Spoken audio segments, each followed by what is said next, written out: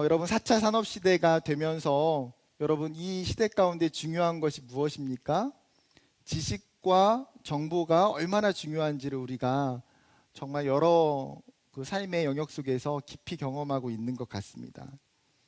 너무나 많은 지식이 존재하고 이제는 그 지식을 다루기 위해서 빅데이터라는 기술이 점점 발전하고 있습니다. 이제는 과거에 비해서 어떠한 지식과 어떠한 정보를 찾고 접근하는 일이 굉장히 쉽고 편안해졌어요. 예전에 중요한 자료를 찾으려면 어떻게 했습니까? 공공기관이 되었든 도서관에 가서든 그 자료들을 직접 찾아야지만이 가능했던 일들이에요. 그러나 이제는 인터넷을 통해서 간편하게 얼마든지 찾아낼 수 있습니다. 그런데 여러분, 이러한 시대 속에서 또 다른 문제는 무엇일까요? 방대한 데이터와 지식들 중에서 바른 정보와 바른 지식을 찾는 일이 점점 어려워지게 될 거예요. 왜요? 너무나 많은 정보와 너무나 많은 지식들이 존재하기 때문에 그 중에서 중요한 정보와 중요한 지식을 분별하고 선별하는 일이 발생해 가기 때문입니다. 여러분, 그렇다면 우리의 일은 무엇일까요? 무엇이 중요한 지식이고 무엇이 중요한 정보인지를 분별하고 그 중에서 우리가 찾아서 내 것으로 삼는 부분이에요. 어쩌면 신앙적인 부분도 비슷한 것 같습니다. 시대가 발달하고 교회가 부흥하면서 어떻게 보면 교회 안에 해야 되는 것들, 누릴 수 있는 것들, 신앙의 영역들이 굉장히 많아지고 있어요. 그 많아지는 것 가운데에 우리는 제한적인 시간과 제한적인 물질과 에너지를 가지고 살아갑니다. 그러면 마찬가지로 신앙도 어떻습니까? 본질과 비본질을 나누고 그 가운데에서도 중요한 핵심이 무엇인지를 분별하고 선별해서 그것들을 취하여 나아가야 된다는 거예요. 사도 바울이 자신의 삶에서 가장 중요한 가치, 가장 중요한 지식이 지난주 말씀에 뭐라고 했습니까? 내 삶 가운데에 예수를 아는 지식이 가장 고상하다. 내가 예수를 아는 것, 예수를 믿는 그 가치가 내 삶에 가장 높고 가장 위대하다라고 이야기했어요. 오늘 11절과 10절과 11절은 그 중에서도 구체적인 부분을 언급하고 있습니다. 어떤 지식입니까? 예수 그리스도의 부활에 대한 지식이에요. 10절에 보게 되면 내가 그리스도와 그 부활의 권능을 알고자 하여, 예수님께서 여러분 죄인인 인간을 구원하시기 위한 모든 사건을 우리는 복음, 기쁨의 소식이라고 표현합니다. 여러분, 이 복음은 하나님이신 예수가 인간의 육체를 입으시고 성육신하셔서 이 땅에 내려오셨고 우리 인간의 모든 죄를 대신 지시고 십자가에 달려 죽으셨고 그 예수님께서 죽음과 사망의 권세를 깨트리고 부활하셨던 모든 예수님의 구원의 사역을 복음이라고 이야기합니다. 여러분, 복음이라고 하는 것은 복음이 성취되는 그 면면이 전부 다 기쁨의 소식들이에요. 그런데 한번 생각을 해봅시다. 여러분, 이 복음이라고 하는 수많은 예수님의 사역들 가운데에 제자들의 입장에서 가장 기뻐하게 되는 부분이 어디에 있을까요? 실제적으로 제자들이 느낄 때에 정말 이것이 기쁨이고 정말 이것이 은혜라고 생각되는 영역이 어디에서 발생했을까요? 1번, 예수님께서 인간의 육체를 입으시고 아기 예수로 베들레헴의 마구간에 태어나신 것.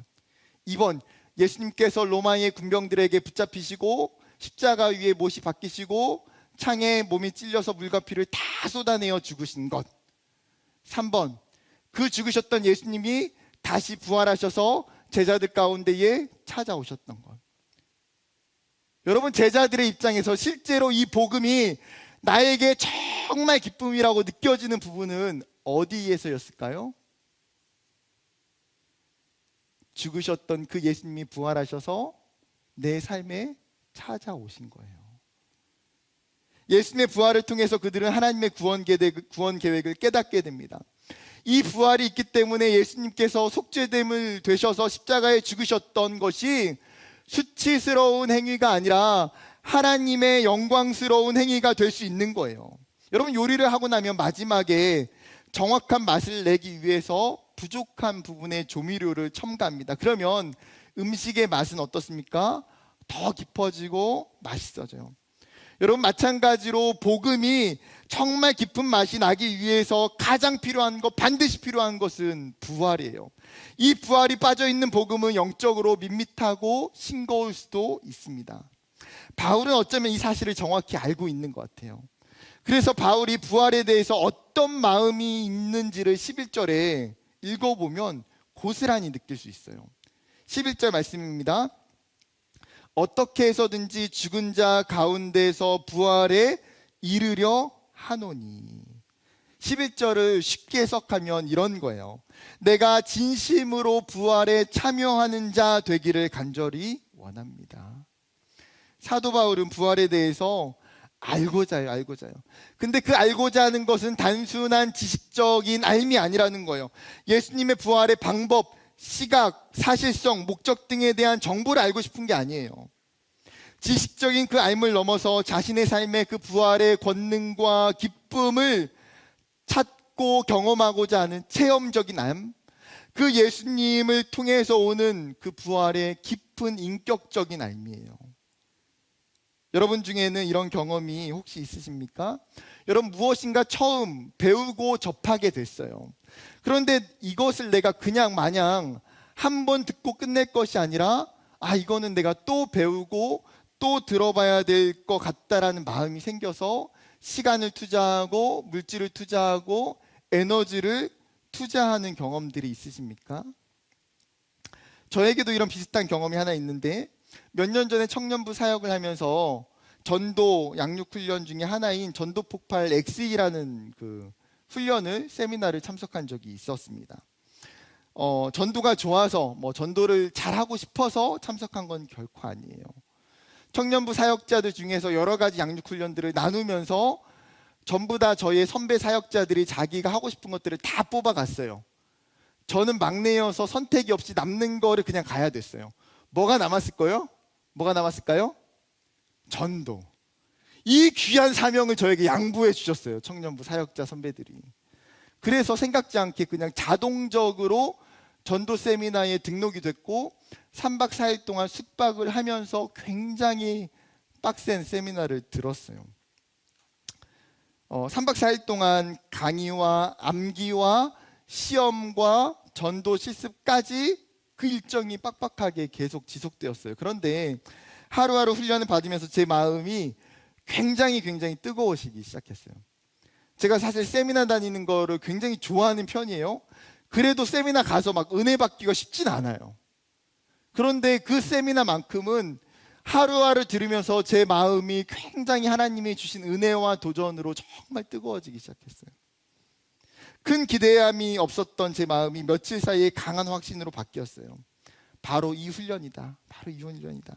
나에게 필요했던 훈련, 내가 교회를 섬길 때에 나에게 있어서 정말 붙들어야 되는 가장 중요한 영적인 무기와 훈련이 바로 여기에 있다는 것을 제가 발견했어요.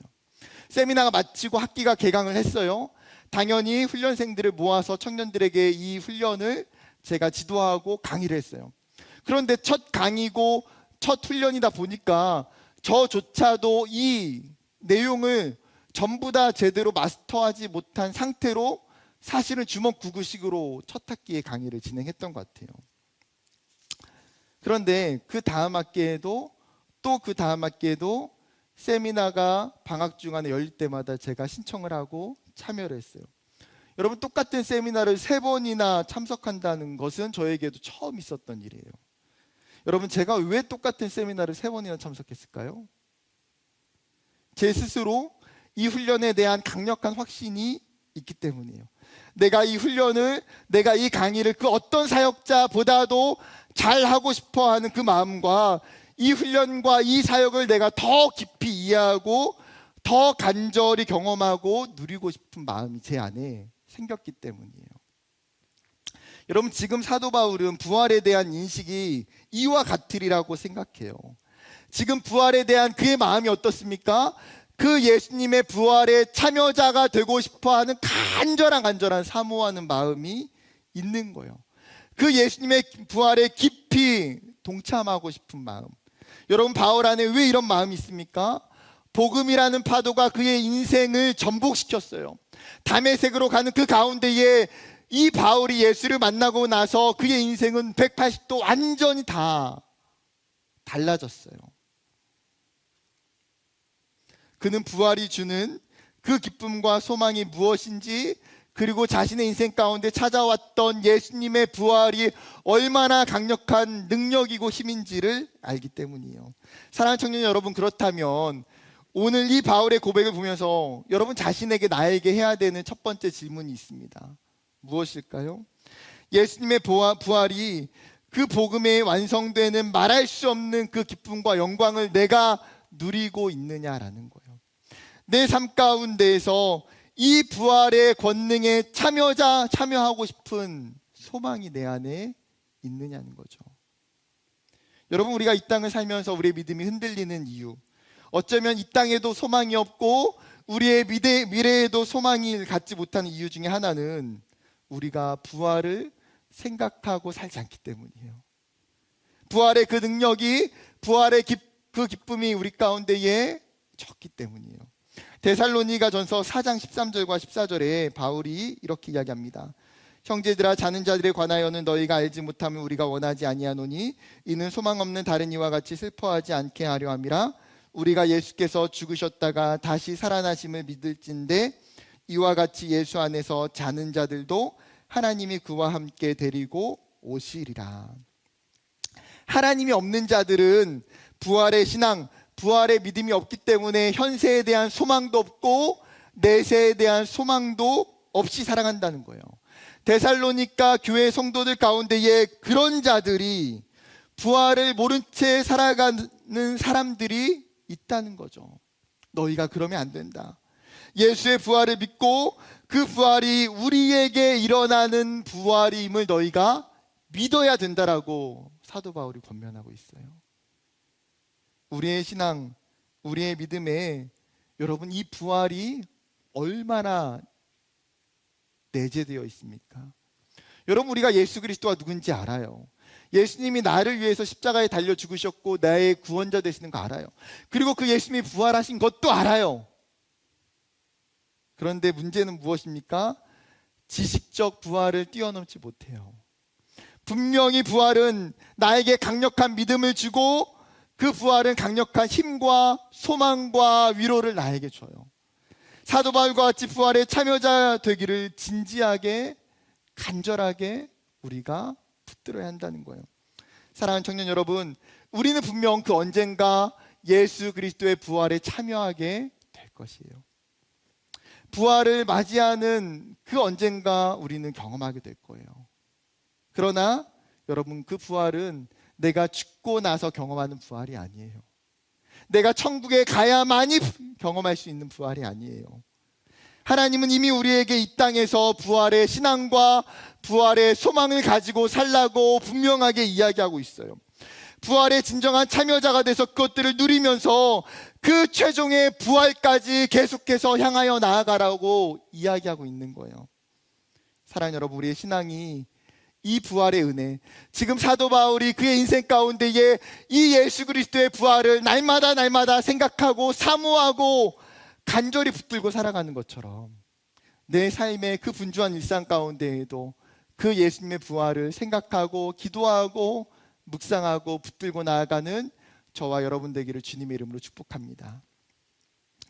여러분, 다시 본문으로 돌아와서 한 걸음 나가서 사도 바울은 이 부활의 신앙을 가지고 있는 성도들에게 필요한 중요한 믿음의 태도를 이야기하고 있어요. 첫 번째는 계속해서 달려간다는 거예요. 이 구원받은 성도에게 중요한 태도를 사도 바울은 달려감이라고 표현해요. 12절도 14절도 아니요. 여러분, 오늘 본문의 문맥 가운데에서 하고자 하는 핵심 동사를 하나 꼽으라고 하면 그것은 달려간다예요. 달려간다.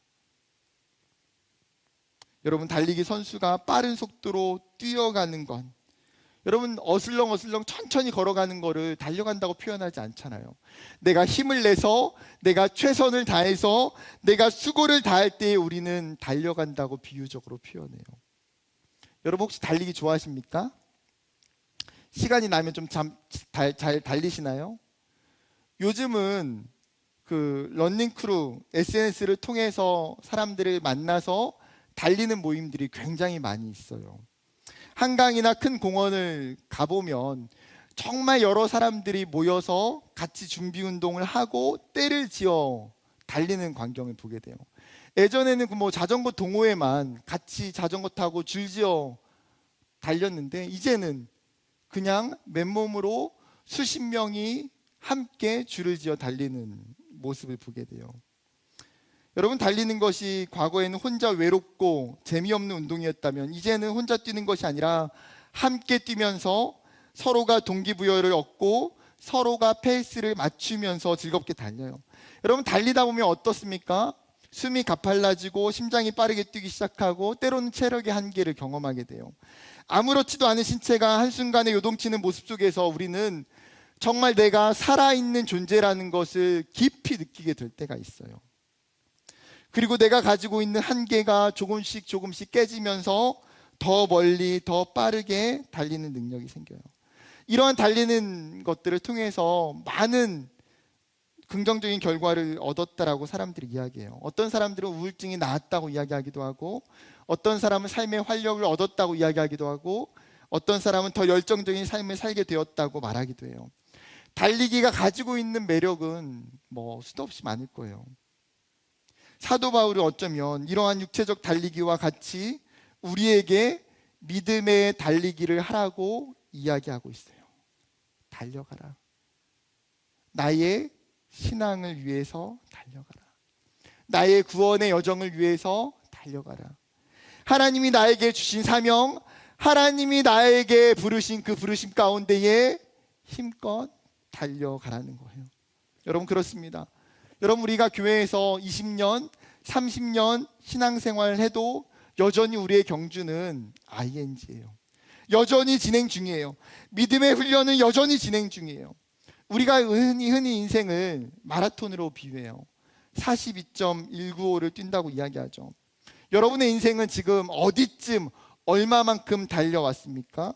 중요한 것은 내가 어디쯤 달려왔는지도 중요하지만 여전히 내 인생 가운데에 달려야 할 길이 남아있다는 게 중요해요. 코로나의 시간이 우리가 달렸던 모든 것들을 멈추게 만들었어요. 예배라는 달리기를 멈추고, 사역이라는 달리기를 멈추고, 양육과 훈련이라는 달리기, 선교와 전도라는 달리기를 멈추게 만들었어요. 이 엄청난 외부적 환경과 요인에 의해서 사실은 모든 그리스도인들, 정말 많은 그리스도인들의 달리기가 한순간에 멈춰져 버렸어요. 문제는 오랫동안 멈춰 있다 보니까 무엇이 문제입니까? 다시 뛰는 것이 너무나 어려워요. 다시 예배의 자리에 나가는 것, 내가 다시 경건의 삶 가운데 나아가는 것, 내가 기도하고 내가 말씀을 보고 내가 큐티하고 묵상하는 그 자리가 더 어려워졌어요. 내가 양육과 내가 훈련받는 것이 어려워졌어요. 공동체를 섬기고 헌신하는 것이 너무나 어렵다는 거예요. 한번 멈춰버리면 여러분, 오랜 시간 뛰지 않으면 어느새 뛰는 방법을 잊어버릴 때가 많아요. 게으름과 나태함이라는 살이 우리의 영혼에 순식간 살찌게 만들어버려요.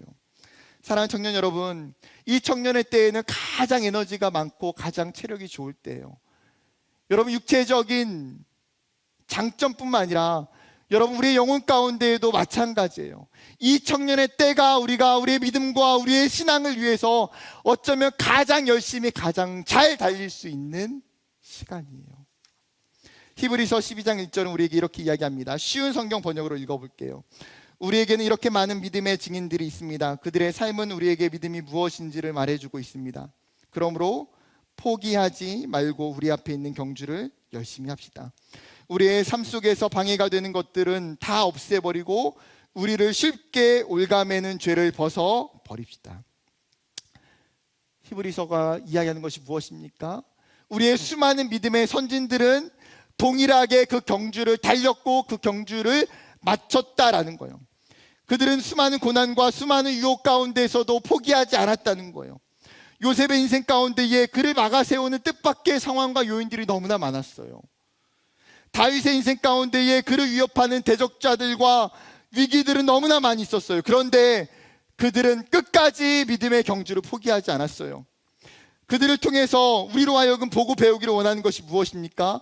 그러므로 너 또한 똑같은 믿음의 경주를 살아갈 때에 포기하지 말고 달리라는 거예요. 여러분, 그 경주가 나만 달리는 경주가 아니기 때문에 하나님이 저와 여러분에게 이 권면의 말씀을 하시는 줄 믿습니다. 우리가 위로가 격려가 되는 것은 무엇이에요? 나 혼자 뛰지 않는 거예요. 맑은 샘 광천교회 청년부라고 하는 우리가 어쩌면 영적인 런닝 크루예요. 여러분, 나 혼자만 달리는 것이 아니라 여러분 주변에 있는 모든 청년들이 지금도 달리고 있어요. 함께 믿음으로 달리고 있는 그들을 바라보면서 서로 도전을 받고 위로를 받고 격려를 받으면서 함께 뛰어가는 거예요. 여러분, 나의 경주 가운데에 하나님이 원하시는 그 길을 달려가는 저와 여러분 되기를 주님의 이름으로 축복합니다. 두 번째 영적인 태도는 과거에 안주하지 않는다는 거예요. 지난주 말씀처럼 사람들은 기본적으로 자신의 육체를 신뢰하고 자신이 세웠던 수많은 업적들을 자랑해요. 어떤 사람들이 심지어 자신의 동상을 세우기도 하고 박물관을 만들어서 자신의 일대기를 공로를 남기고 싶어 해요. 그런데 여러분, 사도 바울은 그렇지 않아요. 13절의 말씀 중에 오직 한 일, 즉 뒤에 있는 것은 잊어버리고, 여러분 여기서 잊어버린다라고 하는 이 원어는 무시하다, 생각에서 지워버리다라는 뜻이에요. 무슨 말입니까? 바울은 지금 자신이 걸어왔던 수많은 믿음의 삶들을, 믿음의 여정들을 붙들지 않고 깨끗이 지웠다는 거예요. 그러면 하나님 나를 만나 주셨던 것, 하나님이 내 인생에 오셔서 주셨던 그 은혜와 그 역사들을 잊으라는 겁니까? 하나님이 나를 위해서 행하셨던 과거의 수많은 일들을 잊으라는 건가요? 아니에요. 사도 바울이 정확히 그가 잊고자 했던 과거는 무엇입니까? 자신의 의고, 자신의 결과물이고 사람들이 자랑하는 세상적 가치예요. 뿐만 아니라 복음을 위하여 섬겼던 수많은 사역의 열매들이에요. 그렇다면 그는 왜 과거를 잊었다라고 이야기합니까? 왜요? 과거에 갇히지 않기 위해서.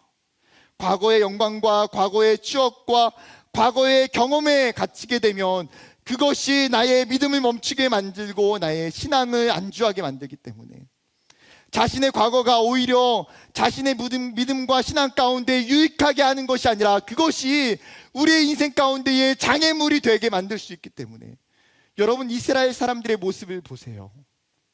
여러분, 그들이 수많은 하나님 선지자들을 보내서 그들에게 하나님의 말씀을 전하시고 심판을 하심에도 불구하고 그들이 듣지 않아요.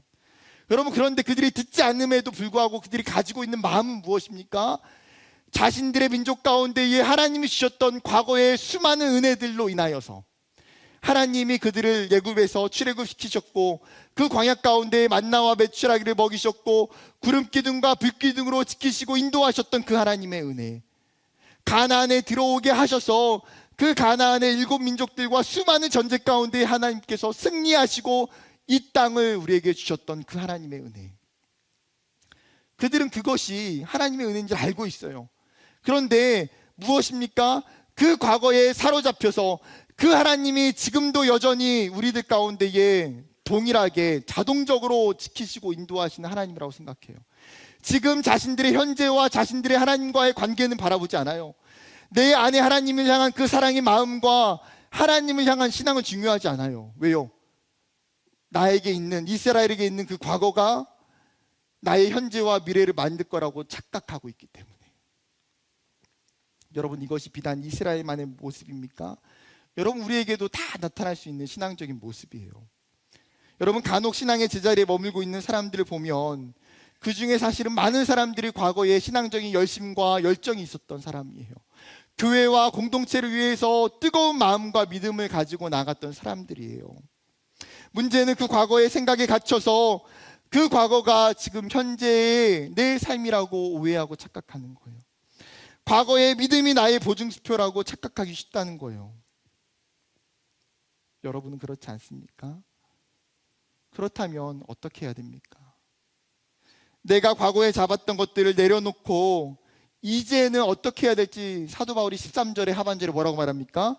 앞에 있는 것을 잡으려고, 그는 지금 과거에 있던 수많은 것들을 다 내려놓고 지워버리고 나서 그는 지금 앞에 있는 것을 바라보고 그것을 잡고자 하는 거예요.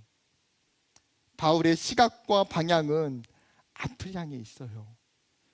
과거를 잊는, 과거에 갇히지 않는 가장 좋은 방법은 무엇이에요? 앞을 보면 돼요.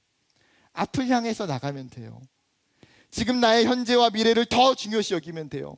하나님이 내 인생 가운데 지금까지 하신 일이 너무나 중요하지만 하나님이 내 인생 가운데에 미래에 행하실 더 큰 일들을 기대하고 사모하면 돼요. 나의 의와 공로는 내려놓고 오직 하나님이 주실 은혜와 섭리를 기대하는 거예요. 여러분, 우리가 누군가를 만나면서 자신의 이야기를 간증하고 나눌 때에 여러분, 우리의 간증과 우리의 나눔이 내 과거의 이야기들만 나누지 않았으면 좋겠어요. 지금 나의 현재의 이야기들을 나누어야 돼요. 내가 예전에 좋았던 믿음, 내가 예전에 했던 사역, 내가 예전에 하나님이 주신 은혜들, 그것도 중요한 나눔과 간증이지만 여러분, 지금 나의 간증 가운데에 이 시간들, 하나님이 지금 이 시간들 나에게 주신 것들을 나눌 수 있는 사람, 그리고 하나님이 나에게 주실 것들을 나눌 수 있는 그 믿음이 되기를 주님의 이름으로 축복합니다. 마지막 세 번째 영적인 태도는 올바른 표대를 세워야 한다는 거예요. 미국의 성공학자인 나폴레온 힐이 여러 가지 분야에 있는 성공한 사람들의 공통점을 찾아내고 나서 이야기한 것이 무엇입니까? 성공하는 사람들에게는 확고한 목표와 그 목표에 대한 집념이 있다는 거예요. 여러분, 우리는 다 알고 있어요, 사실. 맞아요. 목표의 유무가 가지고 있는 그 결과와 상대적인 차이가 아주 크다는 것. 목표가 없는 사람은 어떻습니까?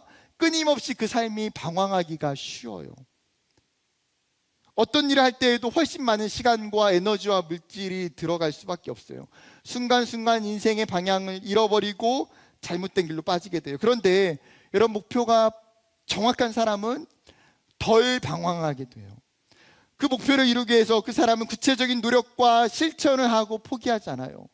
끊임없이 자신의 목표를 향해서 도전하고 또 도전하면서 자신의 삶을 하나님이 변화시켜 주시고 자신의 삶이 성장하게 되는 것들을 경험하게 돼요. 그렇기 때문에 목표를 설정한다는 것은 너무나 중요한 행동이에요. 여러분, 믿음의 태도도 마찬가지예요. 사도 바울이 권면하고 있는 것이 무엇입니까? 14절에 표대를 향하여. 여러분, 달려가는데 그냥 달려가는 것이 아니라 무엇을 향해서 달려간다고요? 표대를 향하여 달려간다는 거예요. 원어의 뜻은 멀리 있는 목표점, 즉 마라톤 선수가 마지막에 그 최종 그 결승점을 이야기하는 거예요. 마지막 내가 가야 되는 그 종착점을 이야기하는 거예요. 그것이 표대예요. 여러분, 믿음의 사람에게는, 신앙의 사람에게는 그 분명한 표대가 존재한다는 거죠. 그 분명한 목표가 존재한다는 거예요. 여러분, 우리의 인생 가운데 목표 없는 사람은 아무도 없어요. 그러면 우리의 표대가, 우리의 목표가 어디에 있는지를 바라보는 것이 중요하지 않겠습니까? 나의 목표가 어쩌면 세상에 있는 많은 사람들과 똑같은 목표를 가지고 살아가는 것 아닙니까? 어떤 사람은 나이 40, 50이 되어서 파이어족이 되는 것이 표대인 사람이 있어요. 어떤 사람은 나의 분야에서 최고가 되는 것이 목표인 사람일 수도 있어요. 어떤 사람은 내 직장에서 내가 성공하고 승진하고 더 많은 연봉을 얻어내는 것이 목표일 수도 있어요. 여러분, 이러한 인간적 표대가 무의미한 것은 아니에요. 그러나 내가 세운 표대의 중심이 과연 무엇인지, 어떠한 동기가 있는지를 생각하는 것이 중요해요. 단순히 내가 부유해지고, 단순히 내가 좀 더 편안해지고, 단순히 내가 더 좋은 삶을 살기 위한다면 하나님이 기뻐하시는 목표는 아닐 거예요. 그렇다면 바른 표대는 무엇입니까? 여러분, 성경적인 표대는 무엇이에요? 사도 바울이 표대로 세웠던 그것은 하나님의 나라였어요. 하나님의 그 나라를 이루어가는 것, 자신의 삶을 통해서 그 하나님의 나라의 완성 가운데에 들어가는 것.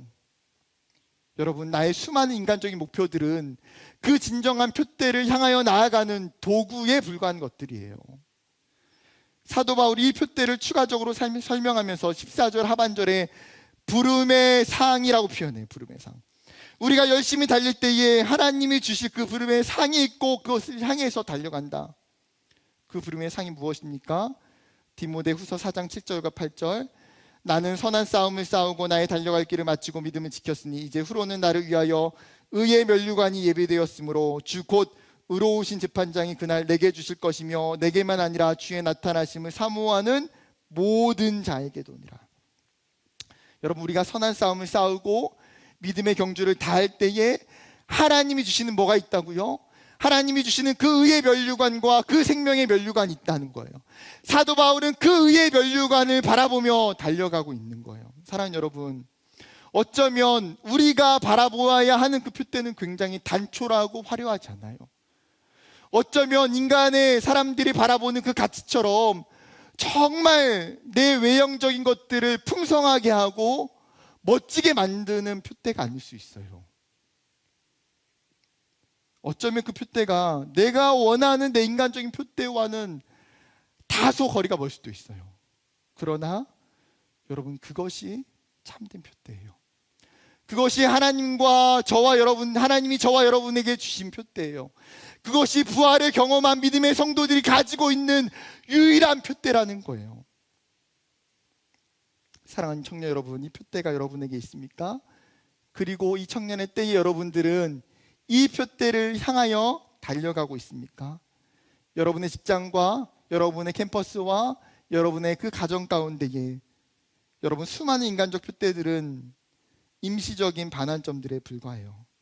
우리의 진짜 표대는 하나님의 나라와 하나님의 주시는 그 구원에 있어요. 말씀을 마무리하려고 합니다. 사도 바울이 본문의 말미에 이렇게 이야기해요. 오직 우리가 어디까지 이르렀든지 그대로 행할 것이라. 새 번역 성경은 더 쉽게 번역해요. 어쨌든 우리가 어느 단계에 도달했든지 그 단계에 맞추어 행합시다. 무슨 말입니까? 여러분, 우리의 믿음과 신앙은 다 달라요. 여러분, 우리가 지금까지 달려온 거리들은 다 다를 수 있다는 거예요. 내가 다른 사람보다 덜 달려온 사람이 있을 수 있고, 내가 다른 사람보다 더 많이 달려온 사람도 있을 수 있어요. 지금 내가 있는 영적인 단계, 영적인 위치 속에서 중요한 것은 무엇입니까? 달리면 돼요. 표대를 향해서 각각의 단계 속에서 그 상황 속에서 달리면 돼요. 하나님이 주시는 그 하나님의 나라를 바라보고 그 구원의 기쁨과 그 부활의 권능을 바라보며 달리면 돼요. 여러분, 오늘 이 말씀이 여러분과 저에게 주시는 하나님의 도전이고 하나님의 권면되기를 주님의 이름으로 축복합니다.